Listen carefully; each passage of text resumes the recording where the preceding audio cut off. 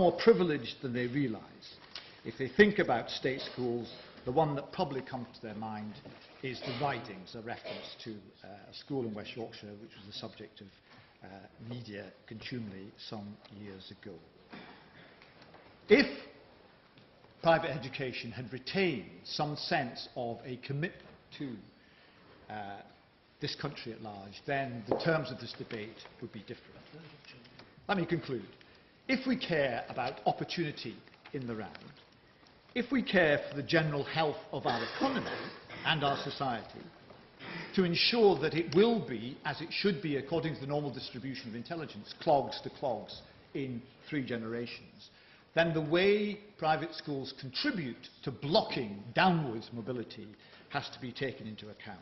And if, I'm arguing, private education bears a measure of responsibility for the sclerosis of modern Britain, private education is indeed a public nuisance.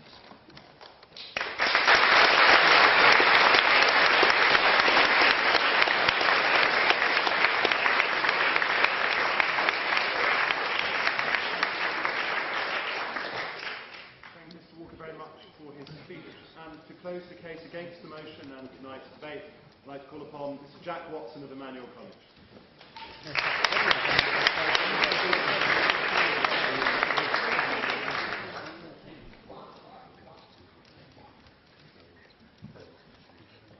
Thank you, Mr. President. We've heard a lot of things about equality. We've heard that private schools serve as a barrier to social mobility. We on this side don't think that's true. We think that what serves as a barrier to social mobility is the wealth of parents. It's the fact that parents have the opportunity to provide all kinds of opportunities not to do with school, but the fact that they provide support to their children. That's what I'm going to talk to you about tonight. I first of all want to deal with a few things that have come up in today's debate, and then I'm going to talk a little bit about why we think getting rid of private education would be extremely bad. We heard first of all about how 40 years ago misogyny was rife in the Cambridge Union. I'm glad to see that that's changed so much.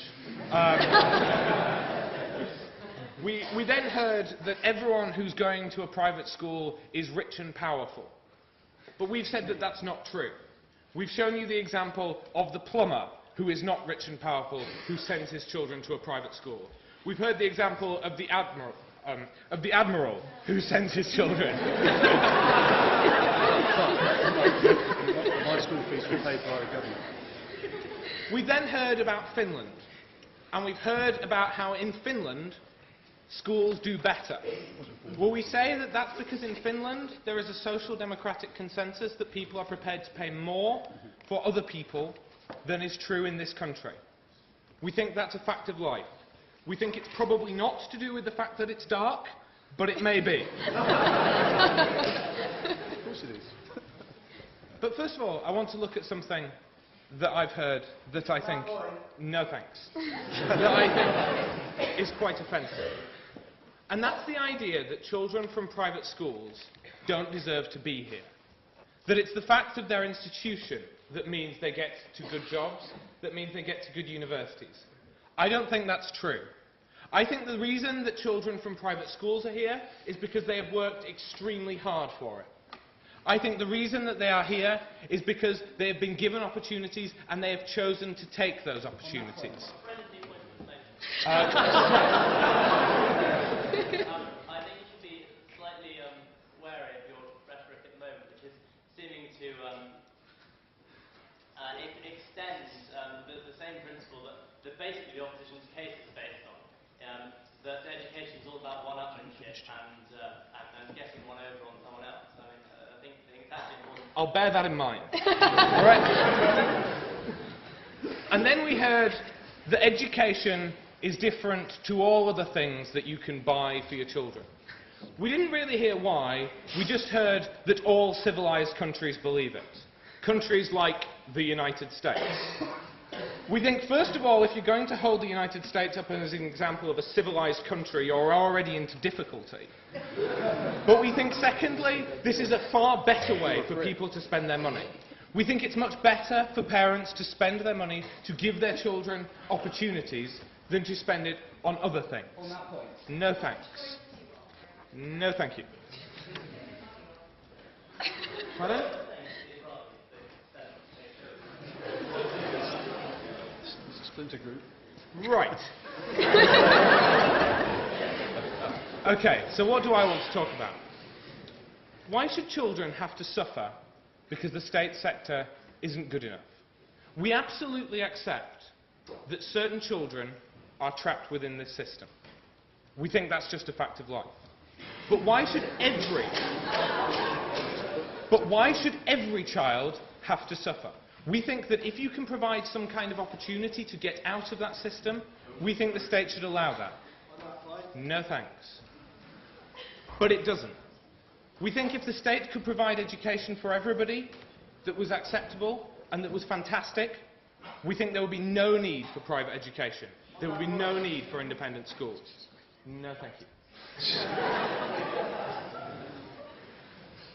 But it doesn't. And so we think that private schools offer a way out. And they do. They offer a better standard of education, and they offer the chance for some children to have a better education.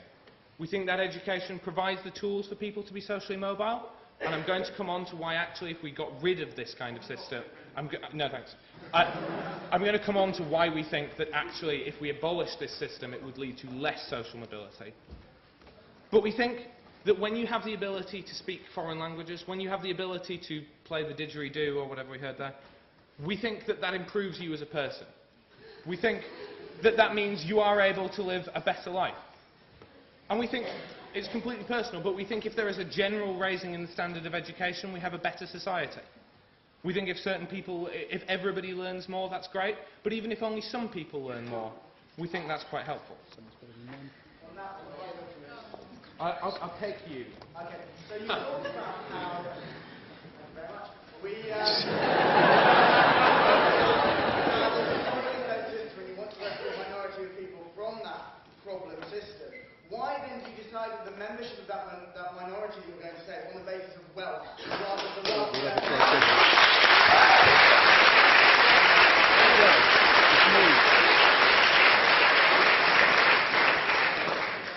Well, let's look at the alternatives. What's the alternative to a complete private, a private system running alongside a state system? It's postcodes.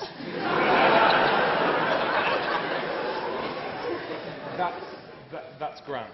Right? It's postcodes and it's catchment areas. You create good schools by having people artificially moving to those areas in order that they get their kids into some kind of school. We think that seals off some kind of good school. We think that seals off the opportunity to be amongst the best teachers, to be amongst the best students, to the absolute wealthiest in our society. No, thank you. No, thank you. Sorry,